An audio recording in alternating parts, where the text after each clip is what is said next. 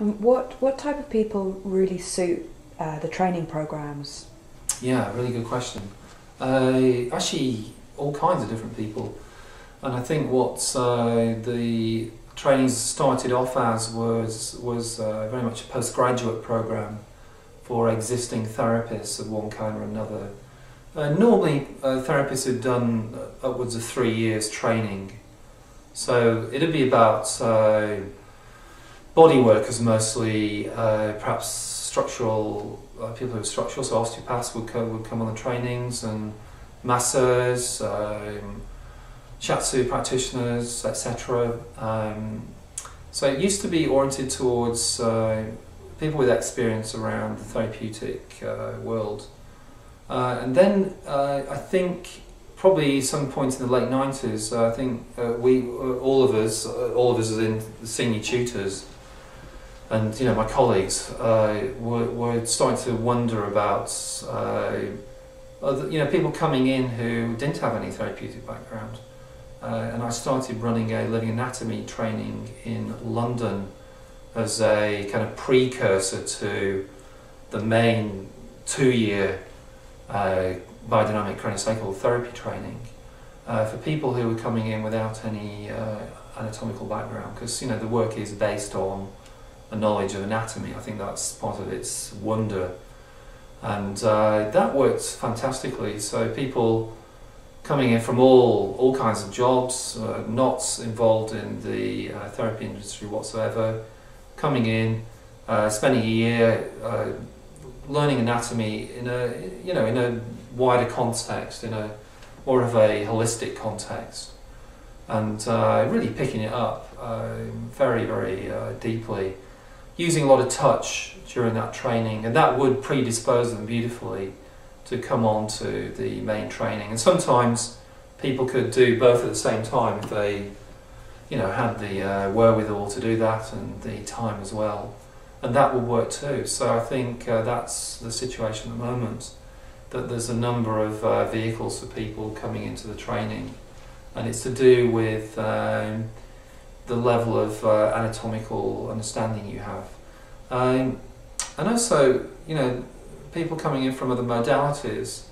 We kind of noticed they needed to let go of a lot of ideas and ways into the body, or skills they had which weren't appropriate perhaps for the biodynamic approach. So actually that's quite a difficult thing to do, let go of something you have already.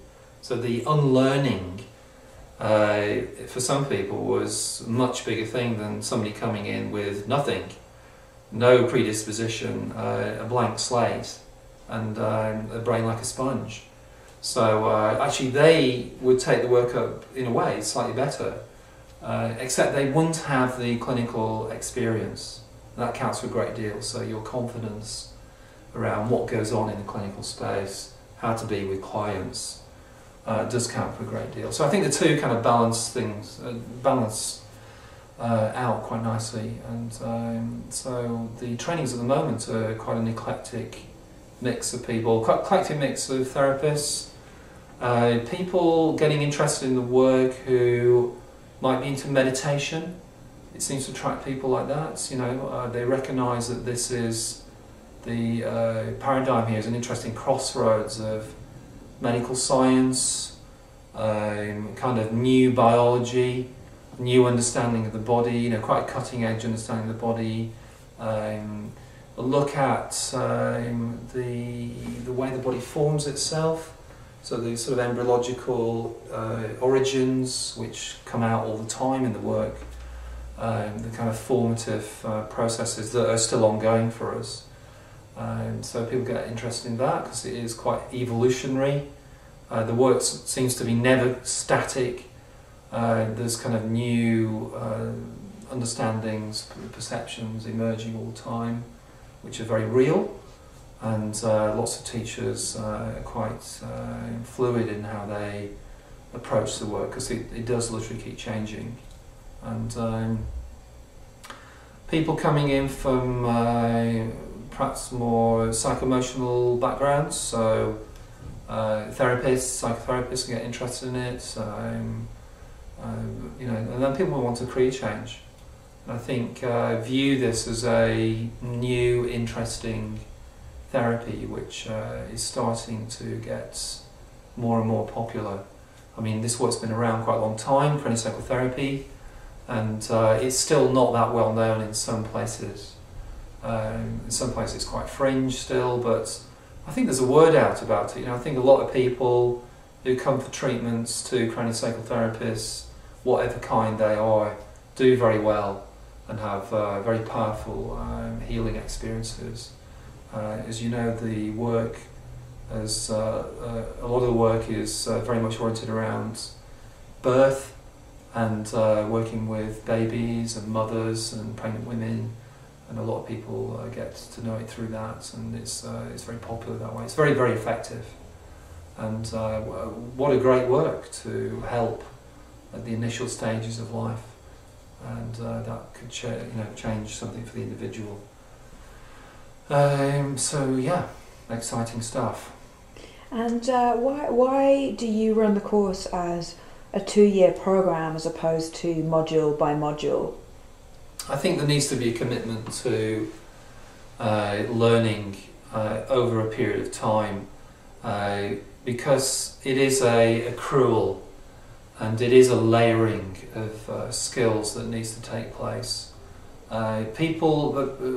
Student practitioners are half-formed, and actually if you don't have the whole gamut of skills, I think it can be problematic.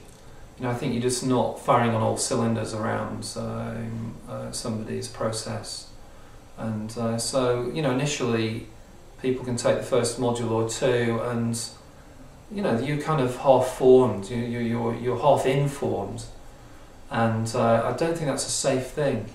I really don't. There's a depth in this work which requires a personal commitment.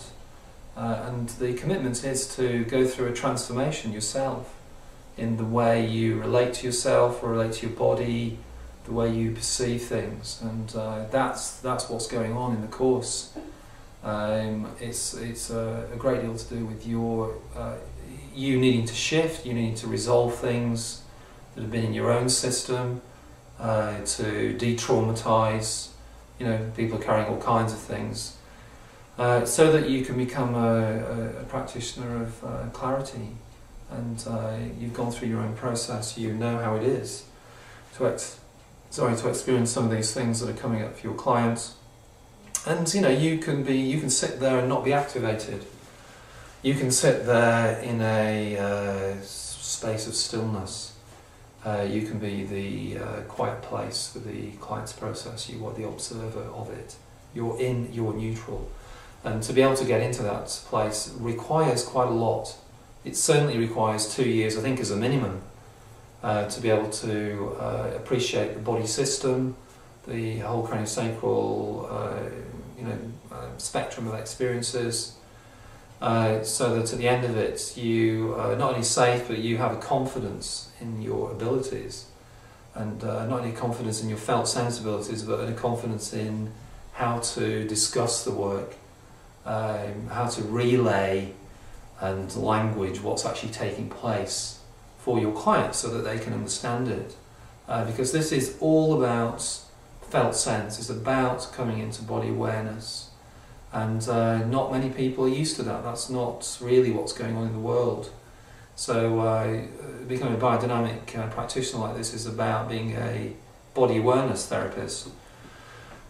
So you need to guide your client into all kinds of different aspects of their body awareness and language that. So there's a lot of time spent on these things.